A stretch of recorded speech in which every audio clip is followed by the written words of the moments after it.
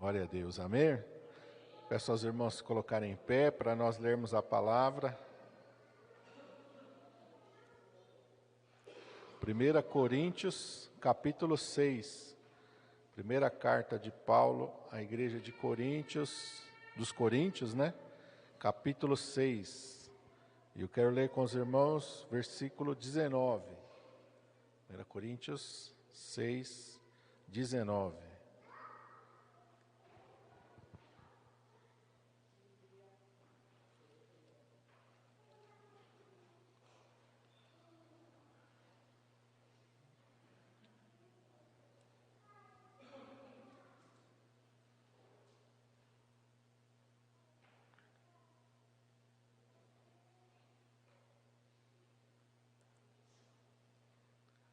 Esperar aqui só. E vamos ler então. Está escrito assim: ou não sabeis que o nosso corpo é o templo do Espírito Santo que habita em vós, proveniente de Deus, e que não sois de vós mesmos, porque fostes comprados por bom preço. Glorificai, pois, a Deus no vosso corpo e no vosso espírito, os quais pertencem a Deus. Amém? Vamos orar.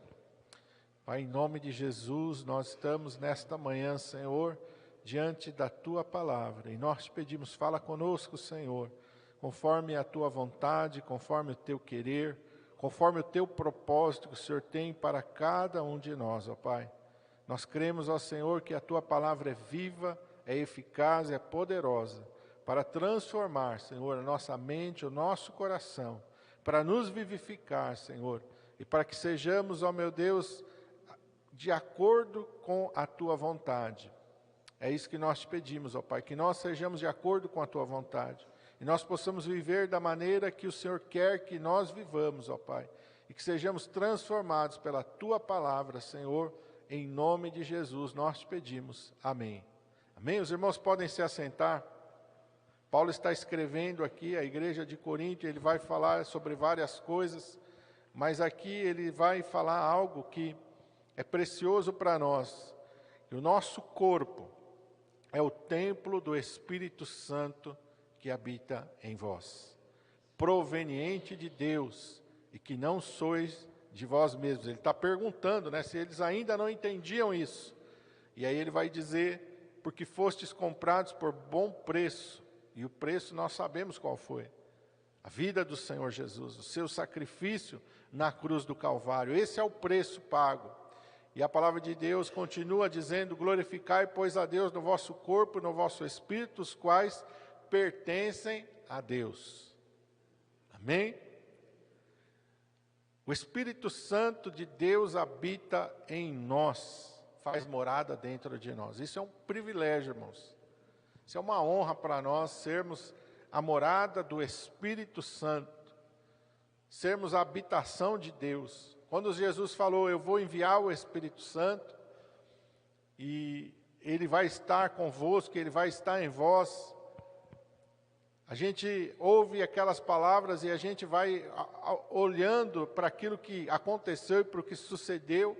E quando nós chegamos ali em Atos dos Apóstolos, capítulo 2, nós vemos a descida do Espírito Santo ali, nós vemos a transformação completa que houve na vida da igreja primitiva. E o Espírito Santo ele vem com um propósito, e esse é o propósito, transformar-nos, mudar a nossa natureza. Quando nós lemos no Velho Testamento, se eu não me engano, tem 2 vezes que a palavra de Deus diz que o Espírito Santo entrou e transformou a vida. Uma foi na de Saul, a segunda foi na de Davi. Quando eles recebem o Espírito Santo, a Bíblia diz, e eles foram transformados em uma outra pessoa. Foram mudados, Deus mudou a natureza deles. E o Espírito Santo vem para mudar a nossa natureza. Nós temos uma natureza carnal, uma natureza física, e nós temos muitas coisas que nós temos pela nossa criação, pelo nosso convívio com os nossos pais e pelas experiências de vida que nós vamos tendo. Isso vai formar quem nós somos. Mas quando o Espírito Santo vem, ele transforma essa natureza. Ele transforma quem nós somos, Ele transforma o nosso coração, Ele transforma a nossa mente, Ele transforma todo o nosso ser. Nossa natureza, o nosso velho homem, ele não deixa de existir, ele continua existindo. Mas a palavra de Deus diz que dentro de nós passa a existir uma outra natureza. E essa natureza é gerada pelo Espírito Santo de Deus. E aí a gente passa a conviver com aquilo que Paulo fala, tem uma luta interna dentro de nós.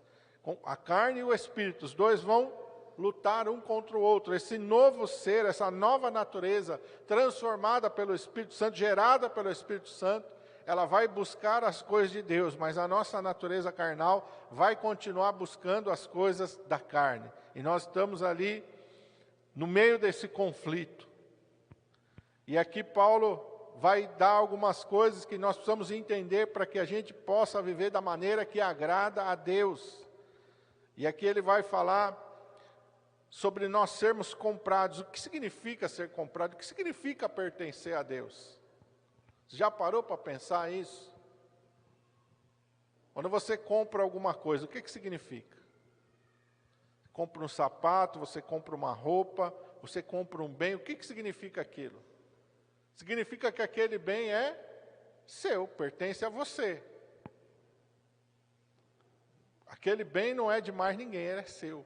E ele é daquele com quem você quiser compartilhar. Não é assim? Eu cresci numa família, nós éramos 3 irmãos. Enquanto está crescendo, tem diferença de altura e tudo. Mas quando chegou num patamar que todo mundo já era adulto, a gente tinha mais ou menos o mesmo número de calçado e as roupas serviam um no outro. Então vocês imaginam que dava umas briguinhas, porque um saiu com a camisa do outro, um saiu com a calça do outro, um usou o tênis do outro, e aí dava uma confusãozinha, né? Isso é natural. Quem tem irmão aí, dá mesmo, que o biotipo é mais ou menos parecido, aí sabe que dá essas encrencas aí. Mas a palavra de Deus, ela está falando aqui, que Deus agora é Senhor, é dono da nossa vida. Não é mais você que é o dono da sua vida. Porque a gente também, quando está crescendo, principalmente o homem, o menino, ele pensa assim, é uma ilusão, viu, meninos? Mas a gente pensa, quando eu fizer 18 anos, eu mando em mim. Ninguém mais manda em mim. Eu vou ser dono da minha vida. O homem pensa isso. Quando eu fizer 18 anos, eu sou de maior. A gente pensa que é uma independência da nossa vida. Nós vamos fazer igual o Dom Pedro, sacar a espada, lá falar independência ou morte. Agora, ninguém mais manda na minha vida, mas é tudo uma ilusão. E a gente ainda continua dependendo dos nossos pais, a gente ainda continua dependendo, mas é aqueles pensamentos naturais que a gente tem. Não sei se as mulheres têm esse mesmo pensamento, mas o homem, pelo menos na minha época, todo menino, as conversas, né, quando eu fizer 18 anos, não sei o quê, hoje eu não posso fazer isso, não posso fazer aquilo que meu pai não deixa, mas quando eu fizer 18 anos, hoje eu não... A gente tinha essas ilusões. Mas a palavra de Deus está dizendo aqui que existe um dono sobre a nossa vida. E que esse dono, ele quer exercer o direito de propriedade. Ele não é um dono passivo. Ele não é um dono que vai... Antigamente tinha... Hoje não tem mais, a cidade cresceu muito, tinha terreno baldio, né? É o terreno de alguém que ele simplesmente comprou aquele terreno, ele fez ali o que a prefeitura exigia, ele fez uma calçada, fez um muro, mas ele não tinha interesse e eu não tinha condições de fazer nada ali. Então ficava anos aquele terreno ali vazio, crescendo mato, de vez em quando alguém cortava o mato, a molecada entrava, às vezes até em alguns faziam um campinho lá dentro e tal. Era um terreno que o dono não estava exercendo o seu direito ali de usufruir dele, estava ali fechado. Mas Deus, quando Ele adquire as nossas vidas, Ele exerce o seu direito de propriedade. E qual é o direito de propriedade de Deus? É nos encher, é nos transformar. É que a nossa vida agora passe a cumprir o propósito dEle. E é importante que a gente entenda isso. Existe um propósito de Deus para cada um de nós. Que muitas vezes não é o que nós desejamos para nós. Porque nós também temos um propósito para a nossa vida. Todos nós crescemos com um propósito para a nossa vida. Quando eu crescer, eu quero fazer isso. Quando eu for trabalhar, eu quero fazer aquilo. A gente tem os nossos propósitos, os nossos sonhos, os nossos desejos. Mas nós precisamos entender que a partir do momento que o Senhor comprou a nossa vida, Ele não vai se submeter ao meu propósito e ao meu projeto. sou eu que tenho que me submeter ao propósito e ao projeto dele. Ele é Senhor, aleluia. E é isso que Paulo está dizendo. Nós somos comprados. E o que isso vai significar? Eu quero ir para 2 Coríntios capítulo 5. Olha, Paulo vai detalhar um pouquinho mais sobre esse pertencer a Deus. 2 Coríntios 5, a partir do versículo 14.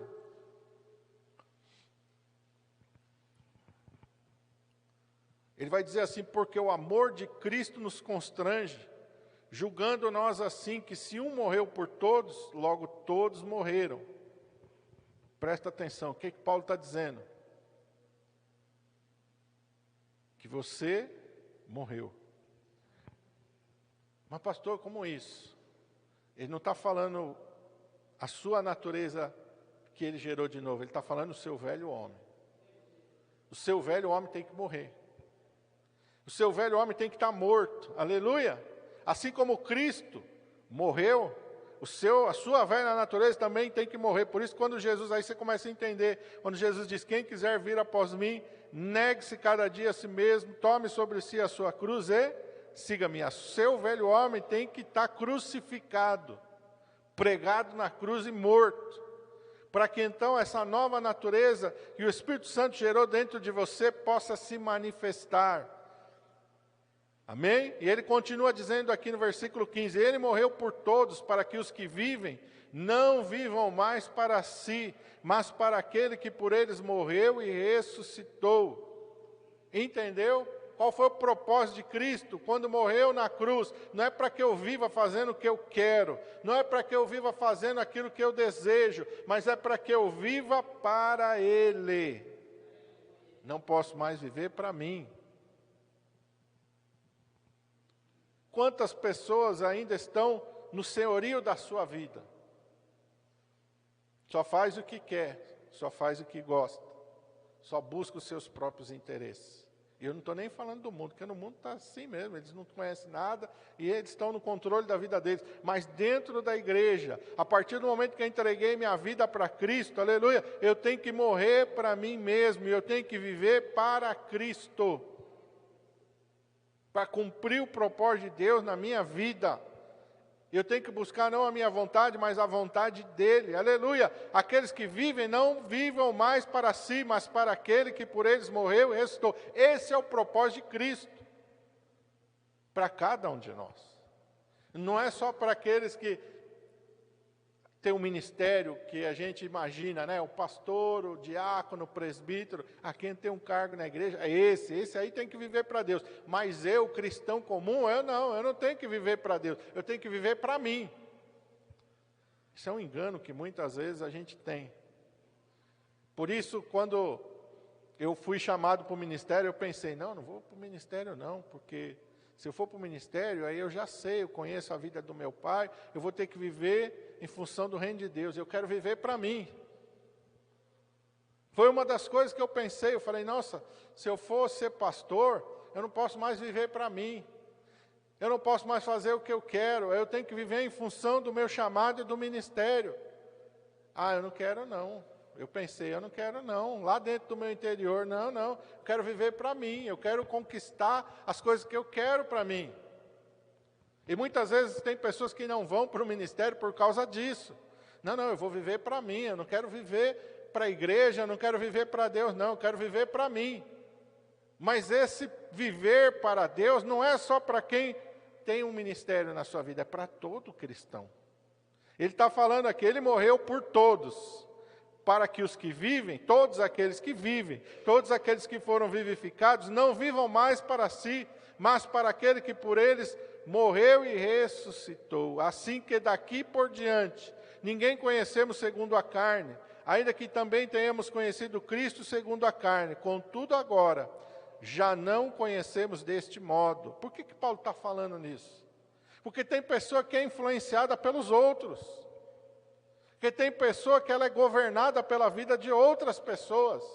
É o amigo, é o pai, é a mãe, é o marido, é a esposa. Aquele que não é crente, ele vai viver debaixo ali do jugo de Satanás. Mas aquele que se converteu, ele está debaixo do senhorio de Cristo.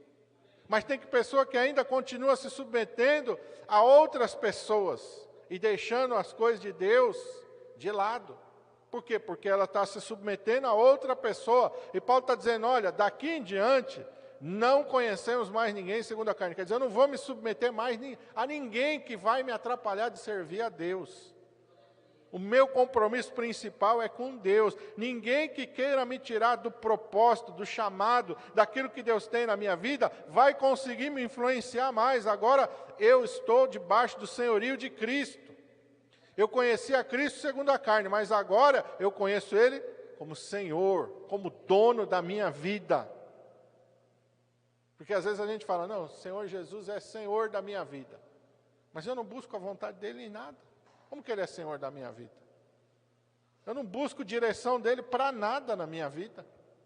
Eu faço só o que eu quero, eu faço só o que eu planejo, eu faço só o que me dá vontade. Então Cristo não é Senhor da minha vida.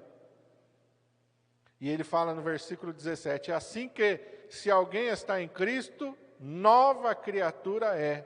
As coisas velhas se passaram, e eis que tudo se fez novo. Vamos dizer que eu tinha um projeto de vida, eu tinha um sonho de vida, eu tinha uma ambição na minha vida, antes de conhecer o Senhor Jesus. Agora que eu estou em Cristo, nova criatura é. Morreu o sonho, morreu o projeto que eu tinha antes de conhecer Cristo. Tudo isso tem que ficar de lado. E agora Cristo tem que estar no controle da minha vida. Sou uma nova criatura. Vamos dizer que eu tinha uma ambição. Vamos lá, vou pegar do meu caso. A gente tem várias ambições quando a gente vai crescendo, menino, né? Eu vou ser jogador de futebol. Aí você vê que você não joga tão bem assim, né? Aí você já desiste de ser jogador de futebol. Não, não dá não, porque tem uns meninos lá na escola que é muito melhor do que eu, então acho que negócio aí não vai dar não. Aí a gente quer ser outra coisa, piloto de avião. Ah, mas piloto de avião, nem sei como é isso. Será que eu vou entrar na aeronáutica ou não? E vai passando, a gente tem várias coisas na vida, mas a gente vai buscar algum projeto para a nossa vida.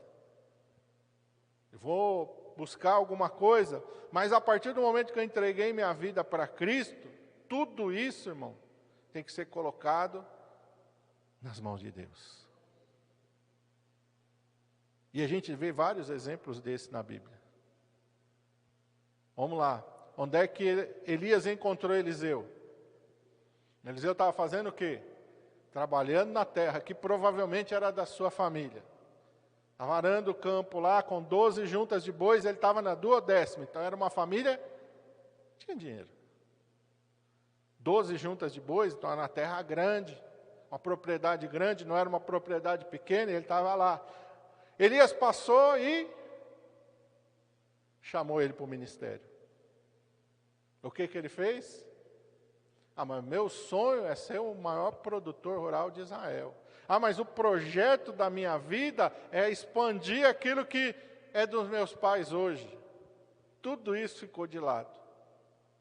E ele foi ser conhecido por algum tempo, aquele que deitava água nas mãos do profeta Elias.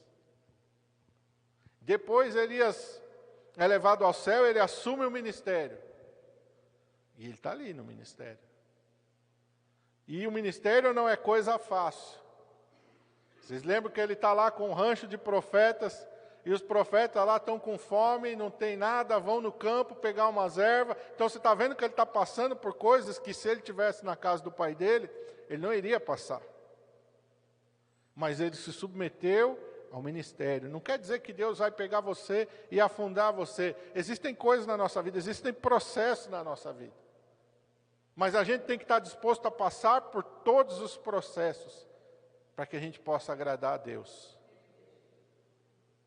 Porque Deus vai usar situações para provar. Ah, ele tá me servindo? Então tá, deixa eu provar ele. Para ver onde é que está o coração dele. Porque tem gente que na primeira dificuldade já abandona tudo. Você vai ver lá o Geazi, que é o moço do profeta Eliseu. Uma hora ele estava ali, já estava injuriado com aquela vida difícil. Quando ele vê ali o Naamã, ele vê uma oportunidade, falando, agora eu ganhei na loteria, agora eu vou pedir 2 talentos de prata, vai dar para mim comprar campo, vai dar para mim comprar olival, eu fiz o pé de meia, estou garantido para o final da minha vida. Mas não era isso que Deus queria. Quem sabe Deus quisesse e Geazi fosse o sucessor de Eliseu. Mas Geazi trocou aquilo que Deus tinha na vida dele por aquilo que ele almejou. Então, às vezes a gente está servindo a Deus, mas a gente tem o nosso plano e a gente não abre mão do nosso plano. A gente tem o nosso projeto, a gente não abre mão do nosso projeto. Ser comprado e pertencer a Deus significa que tudo meu tem que ficar em segundo plano. Em primeiro plano é o projeto de Deus. É o que Deus quer para a minha vida. Eu tenho que buscar a vontade dEle. Eu sou uma nova criatura. Deus me chamou para viver diferente. Deus me chamou para viver o propósito dEle. E aonde esse propósito me levar, eu vou servir a Ele. Os discípulos, todos eles abriram mão da sua vida comum para servir o propósito do ministério de Deus. Eu não estou dizendo que todo mundo vai colocar e buscar o ministério dentro da igreja. Às vezes Deus usa pessoas também fora da igreja, mas é a direção de Deus. Quem colocou José para governar o Egito foi Deus, não foi o sonho, a ambição de José. José não dizia para os seus irmãos, eu sonho um dia ir para o Egito, eu sonho um dia fazer carreira lá no Egito, eu sonho um dia participar das coisas lá do Egito. Não, não vê. O propósito de José no Egito é o propósito de Deus na vida dele. Daniel vai para a Babilônia e quem coloca Daniel e seus amigos no palácio é Deus. Quem faz Davi ser rei de Israel é Deus, não é Davi que está lá pensando, sonhando, eu podia derrubar Saul, governar no lugar de Saul, porque se eu fosse rei no lugar de Saul, eu ia ser um rei melhor, as coisas iam ser... Não, não é o projeto pessoal de Davi, é o projeto de Deus na vida de Davi. E não veio de maneira fácil, porque enfrentar Golias não foi coisa fácil. Depois de enfrentar todos os inimigos de Israel, também não foi coisa fácil. Também não foi coisa fácil ficar fugindo para se esconder de Saul. Ele podia ter dito, Senhor, esse negócio aí está doido. Não quero não, não fiz nada, estou tendo que viver como fugitivo. Que negócio é esse, né, que o Senhor tem na minha vida? O profeta Samuel foi lá e me ungiu o rei. Agora eu estou aqui, fugindo, não posso fixar morada em nenhum lugar. Não posso ficar muito tempo em nenhum lugar. Daqui a pouco alguém me denuncia, eu tenho que fugir. É fácil? Não. Mas ele também não desistiu. Então, o que Deus tem para nós, a sua vontade, a Bíblia diz, é boa, perfeita e agradável. E muitas vezes, nós só vamos entender, não é no começo, não é no meio, é no fim. Porque quando a gente lê também o livro de Jó, a gente vê que Jó não está entendendo nada do que está acontecendo com ele. Ele passa ali o livro inteiro questionando, tentando entender, tentando compreender. Quando ele chega no final, aí ele vai dizer, Senhor, bem sei que tudo podes, é a tua vontade que tem que prevalecer na minha vida. Nenhum dos teus planos pode ser frustrado. Eu falei de coisas que eram grandes demais para mim, eu tentei entender coisas. Não, Senhor, eu me abomino no pó e na cinza, coloco a minha mão sobre a boca, não vou falar mais nada, não vou querer questionar mais nada. Eu simplesmente agora quero desfrutar da comunhão que eu vamos dizer, que eu ganhei através desse processo. Antes eu te conhecia de ouvir falar, mas agora eu tenho intimidade contigo.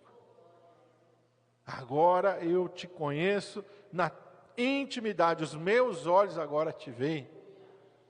E eu garanto para você que se perguntasse para ele, você quer voltar para trás e que nada disso tivesse acontecido na vida, ele ia dizer não.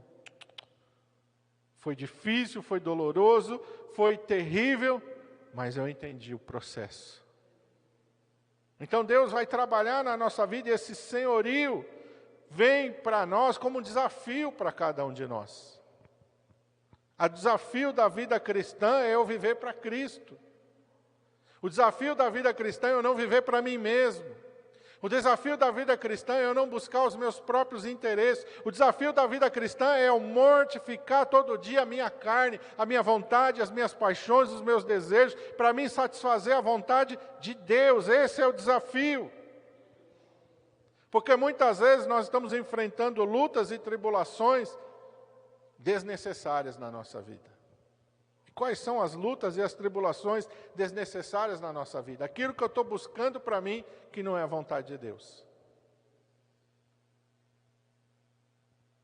Quantos companheiros do apóstolo Paulo abandonaram a missão?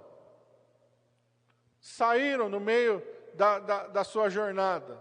E a Bíblia só fala de um que voltou, que é João Marcos. Abandonou ele no começo da primeira viagem missionária, e aí Paulo não quer saber dele na segunda viagem. Quando vai ele e Barnabé quer levar Marcos, Paulo fala, não quero esse não vou levar esse não, você já abandonou a gente no meio da primeira jornada, não. E a desavença foi tão grande que Paulo e Barnabé se separaram, porque Barnabé não queria se separar de João Marcos. Aí você pensa, acabou a vida dele. Mas depois você vê Paulo falando em algumas cartas, olha, Marcos é muito útil para mim no meu ministério. Então ele foi alguém que, por um momento ali, ele deu uma desviada, ele achou difícil, achou aquele negócio de viajar, pregar o evangelho para lugar que eles não conheciam, era um negócio muito demais para ele, mas depois você vai ver que lá na frente ele se arrependeu e ele vai ser útil para Paulo. Paulo vai dizer, ele é útil no meu ministério, ele é útil para mim. E Jesus conta uma parábola, ele exemplifica isso.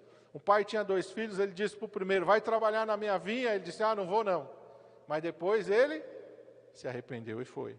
E disse para o segundo, vai, ele disse, eu vou, mas não foi. Aí Jesus questiona, qual deles fez a vontade do Pai? Porque às vezes a gente é pronto para dizer, Senhor, eu vou, eis-me aqui, pode me usar, e fica só na palavra. Porque a gente não busca a vontade de Deus na nossa vida, a gente não faz nada que é para a gente fazer de acordo com a vontade de Deus. Mas às vezes também a gente diz, não, Senhor, eu não quero isso aí não, Senhor. Ah, não, Senhor. Mas depois a gente se arrepende e diz, tudo bem, Senhor, amém, estou aqui. Pode fazer a tua vontade. E aí Deus pode usar as nossas vidas. Não é aquilo que a gente fala, mas é aquilo que a gente faz.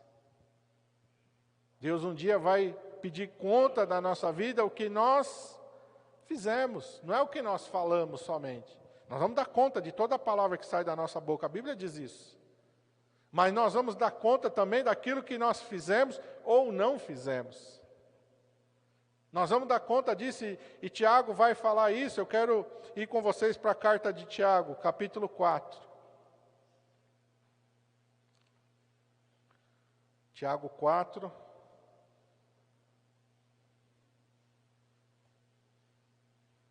A partir do versículo 1. Ele vai falar aqui sobre quando nós buscamos e guerreamos e lutamos pela nossa própria vontade e quando nós deixamos Deus trabalhar na nossa vida. Logo depois de Hebreus está a carta do apóstolo Tiago. Tiago, irmão de Jesus, filho de Maria e José. Ele diz assim, de onde vêm as guerras e pelejas entre vós? Porventura não vem disto, a saber dos vossos deleites, que nos vossos membros guerreiam? Cobiçais e nada tendes, sois invejosos e cobiçosos, e não podeis alcançar. Combateis e guerreais, e nada tendes, porque não pedis. Pedis e não recebeis, porque pedis mal, para gastardes em vossos deleites. Então tem um tipo de oração que Deus não vai responder. Que é a oração que eu peço para mim, para minha satisfação pessoal. Eu quero aquilo, mas aquilo não vai glorificar a Deus, aquilo não vai edificar ninguém, aquilo só serve para a glória minha. Para que eu possa me ensoberbecer, para que eu possa dizer, oh meu Deus, como eu cresci, ó que eu conquistei. Não, Deus não vai satisfazer, Deus não vai ouvir essa oração. Pedis e não recebeis, porque pedis mal, para gastardes nos vossos deleites. Porque às vezes a gente pensa que Deus vai responder toda a oração. Não, tem oração que Deus não responde. Tem oração que Deus não faz questão de ouvir e nem de responder. Que é oração egoísta. Que é a oração que eu estou buscando a minha glória, a minha fama, eu estou buscando a minha satisfação. Eu estou imaginando que Deus é o gênio da lâmpada, que Ele vai satisfazer os meus desejos, as minhas vontades. Eu não estou olhando para Deus como Senhor da minha vida.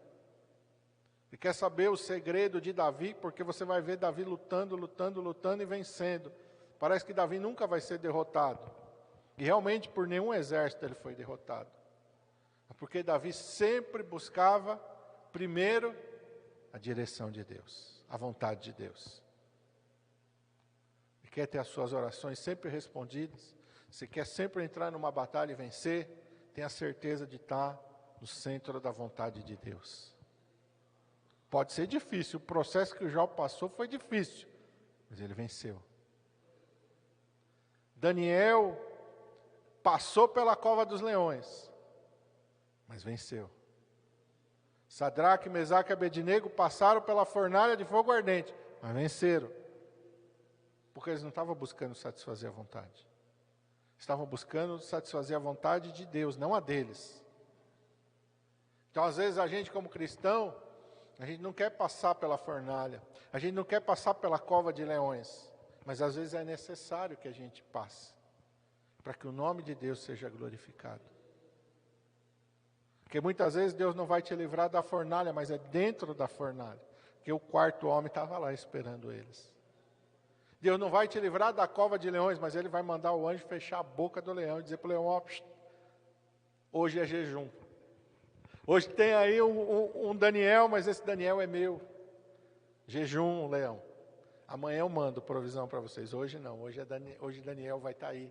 Hoje ninguém encosta nele, amém? E ele continua falando aqui no capítulo 4, versículo 13.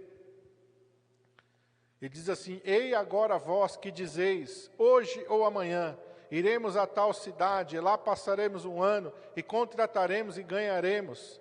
Digo-vos que não sabeis o que acontecerá amanhã, porque que é a vossa vida? É um vapor que aparece e por um pouco e depois se desvanece. Em lugar do que devias dizer, se o Senhor quiser, e se vivermos, faremos isso ou aquilo. Amém? Então às vezes a gente está, não, eu vou fazer isso, porque eu quero isso, porque... Espera aí, você nem sabe se você vai estar vivo. Você nem sabe se você vai chegar lá. Ao contrário, o que a gente tem que dizer? Primeiro, se o Senhor quiser, se for da vontade de Deus. Se for da vontade de Deus. Porque, irmão, você mudar de cidade parece ser uma coisa que não é pecado. Você empreender alguma coisa parece ser alguma coisa que não é pecado. Pastor, como é que o senhor está falando que parece? Quer dizer que mudar de cidade é pecado? Ou empreender alguma coisa é pecado? Se for fora da vontade de Deus, é. Se Deus tinha para você, vamos lembrar aqui, Abraão e Ló. O que Ló fez? Levantou os olhos e, deserto, deserto, deserto, uma campina verde, parece o jardim do Éden, era tão bonito Sodoma e Gomorra, parecia o jardim do Éden. Eu quero é lá. Ele foi guiado pelo quê? Vista. Os seus olhos, ele não perguntou para o Senhor, não, peraí. Não, Abraão é que é o servo de Deus aqui. Não, peraí, Abraão, não, escolhe você aí, escolhe um lugar para mim aí, peraí. Não, mas ele escolheu o quê? Lembra lá do que Tiago falou antes? Cobiçais, e o que é cobiça? Cobiça é isso, você está olhando, nossa, aquilo lá é bom, eu quero aquilo para mim. Não, peraí, é a vontade de Deus aquilo para mim? Deus quer que eu esteja naquilo lá? Deus quer que eu mude daqui para lá? Deus quer que eu empreenda isso, que eu faça aquilo? Ou eu estou me guiando pelo quê? O que está guiando? É a minha própria ambição? Ou é a vontade de Deus? Eu tenho que ser guiado pela vontade de Deus. O pecado é não ser dirigido por Deus. É eu virar as costas para Deus e buscar a minha vontade sem buscar a vontade de Deus. Versículo 16, ele diz assim, mas agora vos gloriais em vossas presunções. Não, porque eu vou lá, eu vou arrebentar. Tenho certeza de que se eu montar aquele negócio lá, eu vou arrebentar. Eu vou ganhar dinheiro, eu vou crescer, eu vou prosperar. Isso é uma presunção. Toda a glória, tal como esta, vem da onde, irmão? Olha o que Tiago está falando. É maligna. É o diabo armando o laço, como armou para Ló, que olha para cá, tudo verdinho, olha as cidades, bonito, olha aqui, parece o jardim do Éden. Vem para cá, vem para cá. Vem para cá, que aqui a vida é boa. Vem para cá, que aqui é um lugar maravilhoso de se viver.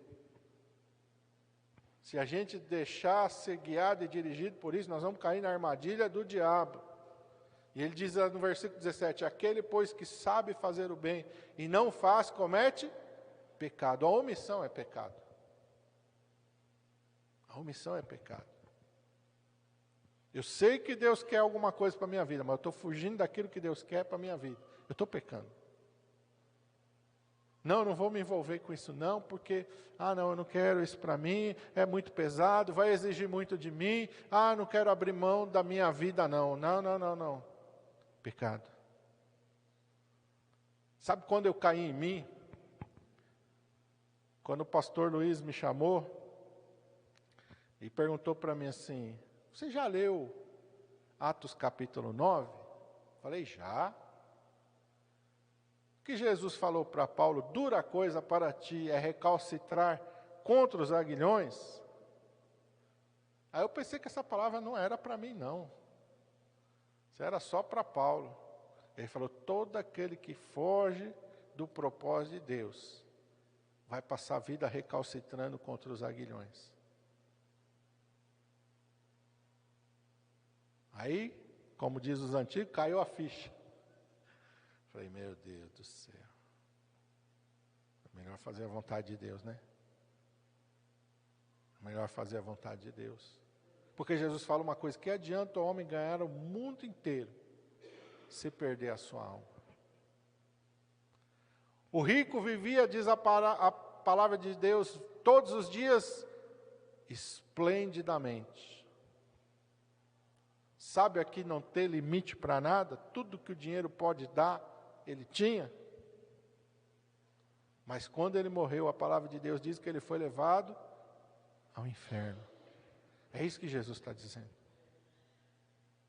Aquele que empreendeu, ele fez a maior colheita da vida dele. Ele disse, não tenho nem onde guardar os meus celeiros, nos meus celeiros. Vou derrubar esses celeiros, vou construir maiores do que esse. Vou guardar tudo nos meus celeiros. Vou dizer, alma, come, bebe agora, porque o que tens em depósito vai ser para muitos anos, muito tempo. Agora eu não vou precisar preocupar com dinheiro.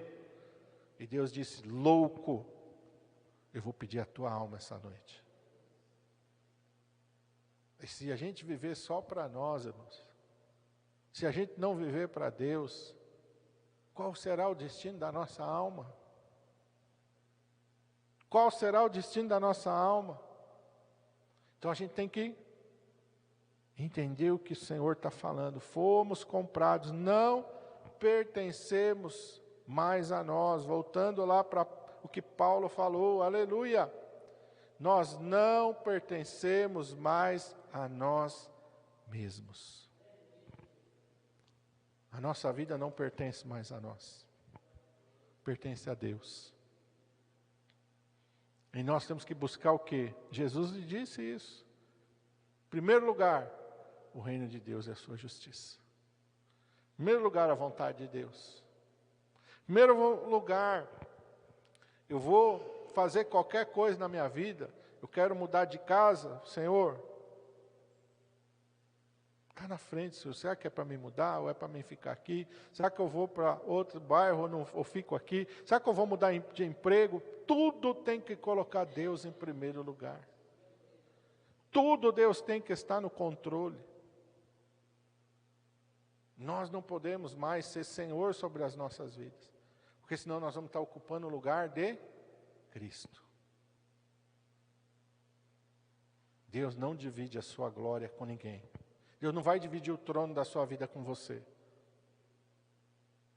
Ou Ele é Senhor, ou você está no senhorio da sua vida. É melhor, a Bíblia diz, entrega o teu caminho ao Senhor, Salmo 37. Confia nele, e o mais tudo Ele fará. Ele vai cuidar da tua vida, Ele vai cuidar da tua casa, Ele vai cuidar dos teus filhos, Ele vai cuidar dos teus netos, Ele vai cuidar de tudo, de tudo, de tudo. Cada detalhe da tua vida Ele vai cuidar. Ele não é um mau pai. Ele não é um mau Senhor. Ele é um bom Senhor. Ninguém te ama mais do que Ele. Ninguém quer o teu bem mais do que Ele. Nem você quer o teu bem mais do que Deus. Deus quer o teu bem mais do que você mesmo. Porque às vezes a tua visão pode te levar para lugar que você vai sofrer, mas Deus quer te poupar disso. Então é melhor confiar no Senhor. A palavra de Deus diz: é melhor confiar no Senhor do que confiar nos homens. Uns confiam em carros e cavalos, quer dizer, ou uns confiam em bens materiais, mas o salmista diz: mas nós confiamos no nome do Senhor. É nele que nós confiamos. Amém? Vamos orar.